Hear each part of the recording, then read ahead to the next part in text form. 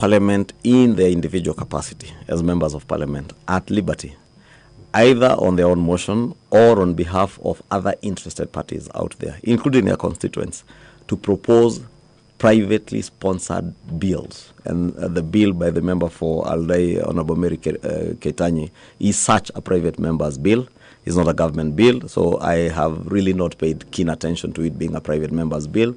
But public discourse and engagement is part of legislation making, and that is why the Constitution and Article 108 provides for public participation. And Article, I think, 118 provides for public participation, for the public to engage. And therefore, all, again, I would urge is people to read, listen to the Honourable Member. I saw her in one of the stations last night trying to explain what she intends to achieve with the bill. And it's only when you listen and understand the import of anything that you get to know really what it is about. There will be an opportunity, because she's just made a proposal, a legislative proposal. It's not a bill that's already before the House. So when it is before the House, it will be read the first time, it will go for public participation, and everybody, every Kenyan has the right to make their proposals.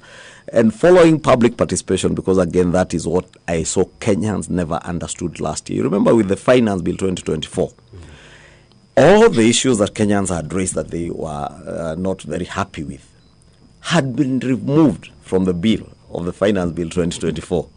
So it's about Kenyans are not reading it properly. They did not understand the parliamentary processes.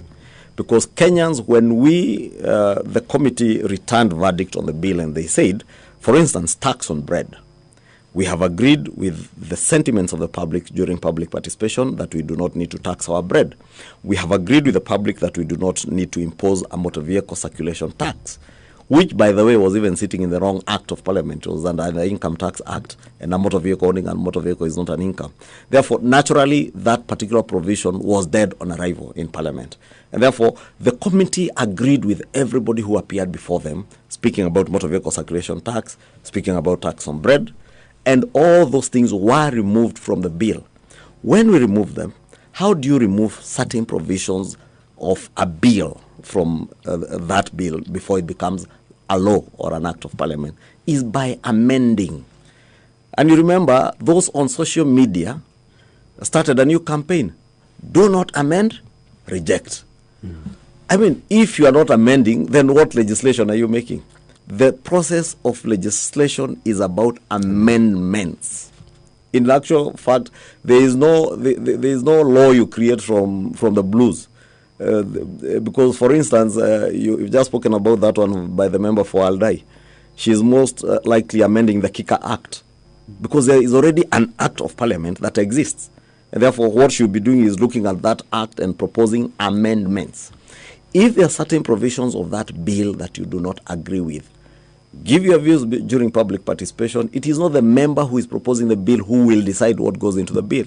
It is a committee that will be listening to the members of the public, and they return that to the House with a report that you can read and see whether your sentiments were carried through. So last year, all Kenyans needed to do was to look at the Finance Committee's report and learn that every other proposal they had made during public participation was factored in the final report.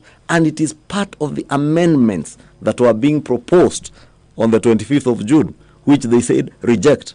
And I have said it before, Mark, that the bill as it were on June 25th, 2024, we passed it in December. Nobody got hurt, as they were saying. Nobody died, as we had seen before. Because the campaign of disinformation had dissipated, we passed the bill as it were in 4 different bills, achieving the same objective without losses to the country. More importantly, Mark, is that Kenyans had been misinformed. Oh, when this bill passes, you will not be able to afford diapers and sanitary towels. Kenyans are still buying diapers and sanitary towels. Because we tried telling Kenyans, we are protecting you young people who need jobs. Because the manufacturers of these diapers and sanitary towels are here in Kenya. We do not need to import diapers and sanitary towels from China, India, UK, the Americas. We are growing their industries when we are killing our own industries. But nobody was listening because of a campaign of misinformation and disinformation. They told us, oh, your cows will be taxed, your goats, your chicken, everything, your land will be taxed. Now, I dare ask Kenyans today, whose goat has been taxed?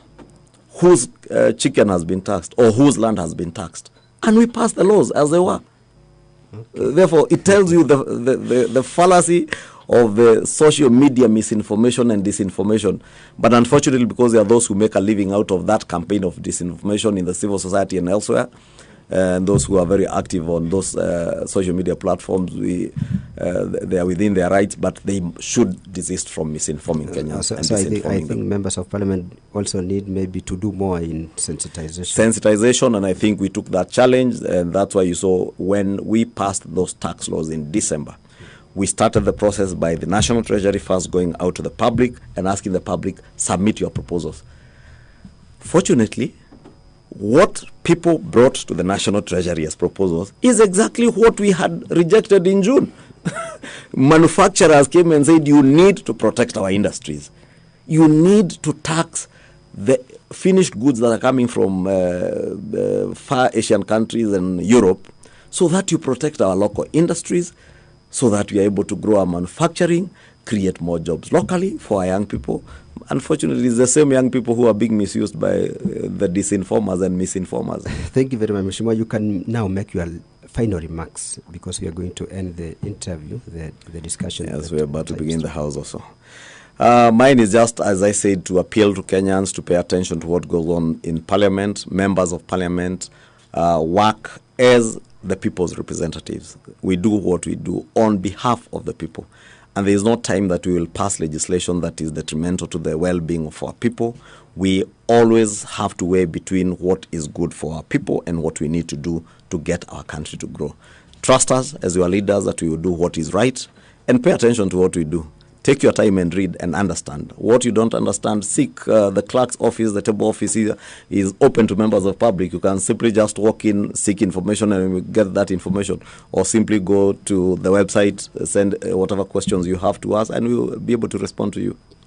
Thank you so much, Mheshimiwa. That has been the Member of Parliament for Kikuyu, who is also the National Assembly Majority Leader, Kimani Ichungwa, talking to PBU and briefing us on the priority business as the National Assembly resumes from around 3 weeks recess. My name is Tilio Marco, and we are now going to continue with the live broadcast of the National Assembly that is resuming today after 3 weeks recess.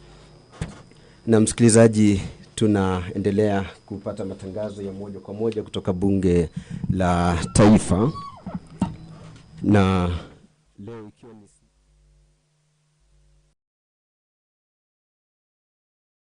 the live broadcast of the National Assembly this afternoon.